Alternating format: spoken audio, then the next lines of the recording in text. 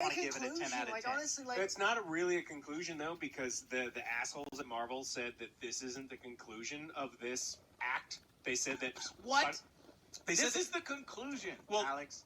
I mean, they said I agree with you. I think it should be, but Kevin Feige said that Spider-Man: Far From Home is the last chapter in this segment. No, it's not. You're wrong. You're absolutely 100% wrong. I just looked this shit up. It's Endgame. It says Endgame. Endgame is not the last chapter in Phase 3 of the MCU. Spider-Man: Far From Home. I thought Spider-Man: Far From Home was the start of Phase 4 or whatever it's called. I mean, I think it should be, but that's what Okay, that's so confusing. Everything on the internet is true. How dare they Everything. shit on Endgame like that? Because this is a perfect conclusion. We just Perfect conclusion. Yes. Damn it. Okay, so Alex, tell me, let's just jump right into why this film didn't get a 10 out of 10, because it has the capability of it. And I will argue with you. Okay, let me throw my first one out here. Go ahead. My first one that I was referring to is I don't necessarily like the time travel stuff. Oh, for sure. I was hoping that they would find a different way to go at it, and they use... You called it on the trailer. Oh, you definitely said I did. that. Thank you, Joe. Thank you. Just those white suits. Anytime there's like super advanced tech suits, I'm like, shit.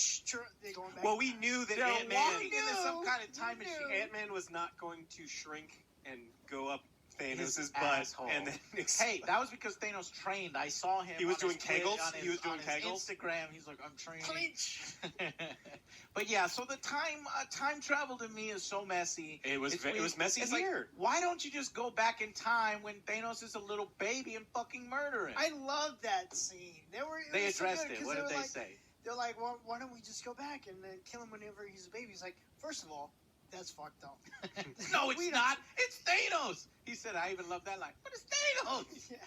He's like, no, because once you mess with that, then it changes everything else. He's like, so you're telling me Back to the Future was all bullshit? Yeah, Back to the Future and Terminator and Time Cop and...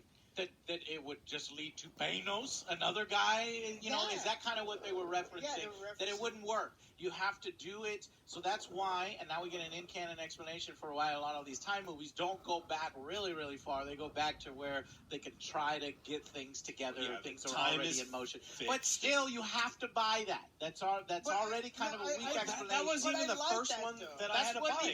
That wasn't even your two things. The first one was that Thanos is sitting in the Garden of Eden hanging out, and he's like, you know what I did? I destroyed the Infinity Stones. Why? Why? He's just sitting there going, nah, I don't like him. Smash. I can tell you right now, but I can tell we're already going to clash, because I don't think I've ever changed Alex's mind on something. The reason why he smashed them, Alex, is because, first off, he had one... Thank you, Joe. He had one purpose. His job is complete, and his job is actually not complete until he destroys the stones, because there is a possibility that when he's super old and he's like 89...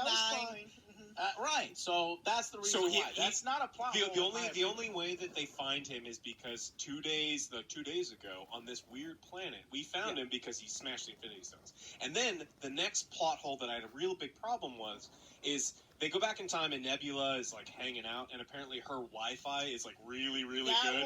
She collapses, and then not only does she collapse, but like she has this memory that's not a real memory, starts playing in front of Thanos, and he goes, "Wait a minute." She starts Obi-Wan, you're my only hope. Thanos, you're my only hope. So she starts playing this weird memory. So the two Nebulas are connected in some way, and that part makes sense. Well, not only are they connected, but then she collapses and shows Thanos, and so that the whole movie is based on Thanos knowing that they're traveling back in time, and then him going forward in time, and that scene is so stupid. Yeah. Even someone who loves these types of movies, that scene is so stupid that I was like, this may be what sucks me out of the movie. They got me again because it's. But I love the movie. Because the character moments are so good. But if we were like Siskel and Ebert sitting here, and there's like, nope, that's stupid, I'm out. I understand.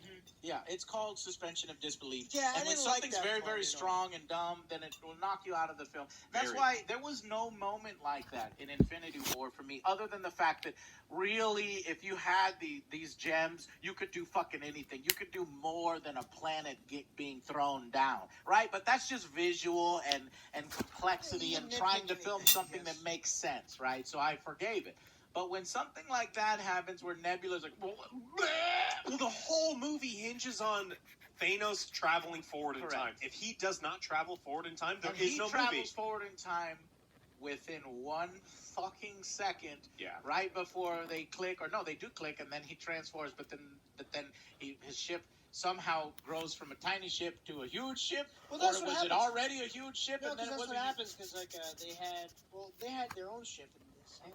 Oh no, that's right, because Yeah. it did come from the Quantum realm. Quantum realm, Yeah, where everything's tiny. Here's the in thing: quantum I realm. do kind of agree with Alex because, like, I liked how everybody split. Like, they were like, "Hey, we all gotta collect these stones," so they split up, and like everybody had like they were trying to get the stones, and then something happened. I was like, "Oh, there's some tension going on," but it wasn't like some kind of like disbelief. Like, it's like, "Oh, I see what's going Yeah. on." Yeah. It's like just like incidents happens. Like accidentally Hulk hits Tony Stark when he actually had the test. Yeah, there's a lot of like Loki's apparently alive now because he captures the Tesseract and goes forward in time, so Loki Yeah. can come back in further movies. There's a lot of things that are tropey where it's like, oh, the heroes are about to do this Well, thing. where is Loki? Because he captured the Tesseract and he left. He's alive again in the universe, and so he can come back in further movies, and he can be, I'm okay with the it. antagonist in the Guardians of the Galaxy 3. Okay, so the film stars. Let's go through it a little bit by bit here, because Yeah. it's so good.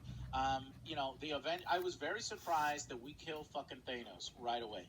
Like, I was like, well, we don't do it right away. Pretty quick, though. It was the first battle. I'm like, yes, here we go. Because here comes Captain Marvel, right? And Captain Marvel is the one that saves Tony Stark. He's in space with Nebula, and they're playing little paper football. And I love this character moment because she's a villain. And she, did you have fun?